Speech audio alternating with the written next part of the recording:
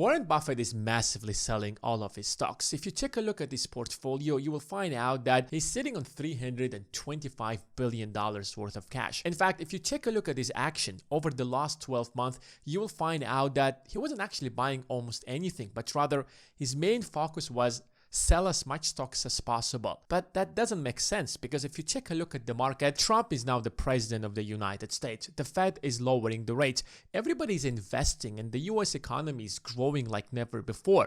But on the other hand, if you take a look at what Warren Buffett is doing, he's not buying it. He's actually selling everything that he could. And now he's sitting on the largest cash portfolio that anybody can ever have. So that led me to ask myself a question. Why exactly is he selling when everyone else is buying? Does he expect a crash, or is there something that he knows that everyone else is missing? So let's dive in deep into his portfolio and figure out if he's expecting a crash, or maybe there is something else that he knows that everybody else doesn't. If you're ready, give this video a thumbs up and let's dive in. The total amount of Warren Buffett's portfolio is around $623 billion. So at first glance, it seems like business as usual. But if you dig deep, you will find out that $297 billion of that are stocks, while everything else, which is $325 billion, are in cash reserves. That's not what professional investors usually do, because keeping money in cash doesn't make sense. You're simply losing to inflation. You want to put your money to work. You want your money to be invested in a company that consistently grows, or at least pays you in dividends. That's the entire point of investments. That's why investors usually keep anything between 10 to 30% at best in cash reserves. But even 30% is a lot. And if you take a look at what Warren Buffett has been doing consistently over his entire career, he has been low in cash for as long as possible, unless there was something wrong with the market. His top positions are Apple, Bank of America, Coca-Cola, Chevron, and a long list of other companies that he's consistently been invested in. In fact, his investing strategy is very simple, and he has been consistent with that strategy for a very long time. In fact, since 2016, when he found out that Apple is a great business, he threw into that company billions of dollars. And when he was asked why is he doing something like that, he made it clear. Apple is the greatest business that he has ever seen. Since then, he has purchased 915 million shares out of Apple, which made him one of the largest investors in Apple. In fact, if you take a look at the filings, by the end of 2024, his shares of Apple has decreased from 915 million shares down to 300 million shares, which means that over the last 2 years alone, he has sold almost 75% of his entire portfolio in Apple. So if Warren Buffett on one side believes that Apple is the greatest business he has ever seen, on the other side, he's selling the stocks of the greatest business, that doesn't make sense. Because if you know anything about Warren Buffett, he never simply invests in a business. Before throwing his money into any business, he asks himself a very simple question. Will I keep invested in this business for the next 10, 20, 30 years, or probably forever? And if the answer is yes, that is the only case he would throw his money into that business. Yes, later on he would actually get rid of his stocks if something actually changes, if the stock is overvalued, but in the beginning that's the perspective he went into that business. Did something fundamentally changed? Because those 615 million shares that he sold, if you take them and compare them to the market price right now, that's around $141 billion. So in the last 2 years alone, he has sold $141 billion worth of Apple stocks. And we did not even talk about other stocks that he actually sold, because he also sold a lot of his stocks from Bank of America. He also sold around 40 million shares in BYD, one of the greatest business investments he has ever made. And some companies, he completely abandoned them. He literally just got rid of everything and he's no longer investor in those companies, such as Paramount Global, HP, and a few other companies. And what struck me the most was Bank of America, because he's a big fan of investing in the financial sector. That's where he made most of his money. And Bank of America has always been the center of his investments. And right now, he's literally abandoning Bank of America. What exactly is happening here? Is he expecting like a financial Armageddon? Is the stock market is going to collapse?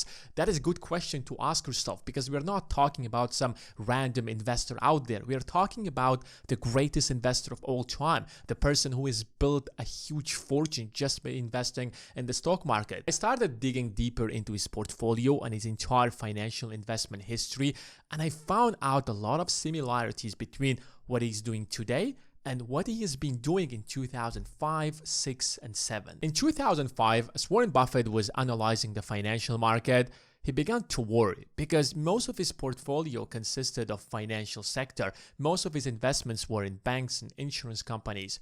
And now, from his analysis, the financial sector was no longer as stable as it was in the past. So between 2006 and 2007, he sold a lot of his stocks from Wells Fargo and other financial institutions where he was heavily invested in. But it wasn't just the financial sector. He sold a lot of his stocks from United Airlines. He sold his stocks from GM and GE and other prominent companies that he has been invested for decades. And by the end of 2007, 40% of his entire portfolio consisted of cash. And other investors looked at Warren Buffett and they didn't really understand what exactly is happening, because in 2005, 6, and 7, the financial sector was booming. Mortgage-backed securities were actually playing the most important role in the market, and the financial sector, especially the banks, were making billions of dollars out of the mortgage-backed securities, and house prices were booming to the roof. So instead of actually taking advantage and making billions of dollars out of these financial institutions, he started massively selling off all of his stocks. And this was for the first time Warren Buffett was sitting on so much cash in his entire lifetime, in his entire investing career, where 40% out of his entire portfolio consisted of pure cash. While everybody was criticizing Warren Buffett for staying aside and not making billions of dollars like everyone else, the 2008 actually happened and the entire financial market collapsed. Stocks went down. Giant financial institutions that existed for hundreds of years suddenly tried to declare bankruptcy because they did not simply have the cash to continue running. The crisis was so big that it not only just got down the US economy, but the entire global economy was down because of this crisis. While Warren Buffett was sitting on $47 billion of cash. And that gave him the opportunity to leverage his position and save some of these banks and take advantage out of him. Yes, the government stepped in and saved a lot of these financial corporations, because if they didn't do that, most of these companies would have declared bankruptcy and millions of jobs would be lost. And one of the greatest investments that Warren Buffett made was in Goldman Sachs. Warren Buffett gave a $5 billion lifeline to Goldman Sachs, where he purchased their stock at $115. That deal was so great for Warren Buffett that Goldman Sachs had to pay Warren Buffett a 10% annual dividends for the next 5 years. So he's getting $2.5 billion in pure cash just from Goldman Sachs. And if you compare the stock price of Goldman Sachs back in the days and today it's worth $625. So his $5 billion grew to $27 billion. But that deal also allowed Warren Buffett to buy an extra $5 billion worth of Goldman Sachs stocks at the same price of $115. So his total investment to today has grown to almost $55 billion, which made it one of the greatest investments. But it wasn't just Goldman Sachs. It was Wells Fargo, it was General Electric, and a long list of other companies that owed Warren Buffett billions of dollars because he had the cash when all of these companies were running out of cash and were about to declare bankruptcy. And by the end of 2008, Warren Buffett was on the top of the Forbes list and was the richest man ever, with a net worth of $62 billion, making him the richest person in history back in the days. So if you compare his actions back in 2005 and 2006 and 2007 to what he has been doing recently, you will see a lot of similarities, because since 2008 he hasn't been sitting on so much cash like he's sitting today. And just like in 2006 and 7 he was massively selling off most of his stocks, even the companies that he believed are great companies but he still sold them because he was expecting a crash, he's been doing the exact same thing the last couple of years. But the problem is that now he's sitting on a much larger cash reserves than he was back in 2008. Because back in 2008, it was 40 to 60%. Today, his cash positions represent over 50% of his entire portfolio. Does that mean that Warren Buffett is expecting a much larger crash than it did back in 2008? Imagine what would happen to the economy if the next crash is going to be much larger than it was the 2008 financial crisis. The 2008 financial crisis is the second largest crisis in the history of the United States after the Great Depression. And the only way the US got out of it is by printing massively trillions of dollars. And if it happens ever again, nobody really knows if the US economy can survive such a crash or not. Warren Buffett has a very simple indicator if the stock market is overvalued or undervalued. And that is to take the total value of the stock market divided by the GDP and multiplied by 100. And if that percentage is below 50%, then the market is undervalued. But if that percentage is over 100%, then the market is overvalued. Or it's anything between 50 to 100%, then the market is fairly valued. So if we go back, for example, to 2008, then the stock market or the total valuation of the market was $22 trillion. Well, the GDP of the United States on the other side was around $14.7 trillion.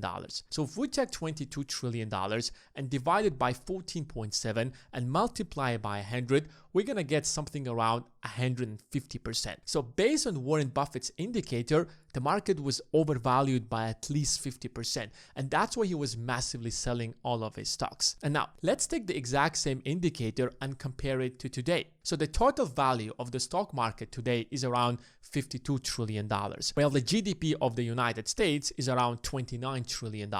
So if we take $52 trillion divided by $29 trillion and multiply it by 100, it's 190%. So according to Warren Buffett, the stock market today is much more overvalued than it was back in 2007 and 2008, which means that if there is going to be a crash based on his theory, then the crash should be much more catastrophic than it was back in 2008. And that's probably why he's sitting on so much cash. He doesn't want to buy a company. He doesn't want to invest in a business. And he would rather keep most of his money in cash reserves, because if an opportunity comes in, he will have that lifeline again. He will have that upper hand over everybody else, because this time it wouldn't be probably the housing market, it probably wouldn't be the financial sector, but it seems like it is going to be this time the tech sector, just like it was back in 1999. And every smart investor will benefit from this crisis in his own way. Of course, the middle class and the poor people will lose the most because these people are making their money from wages, but the rich people, especially the investors, will take advantage. Michael Burry, for example, took advantage by shorting the market. Warren Buffett took advantage by keeping a huge cash pile that allowed him to take advantage out of these cheap stocks back in the days. And if you want to take advantage out of it, prepare yourself now. First of all, build a large cash portfolio.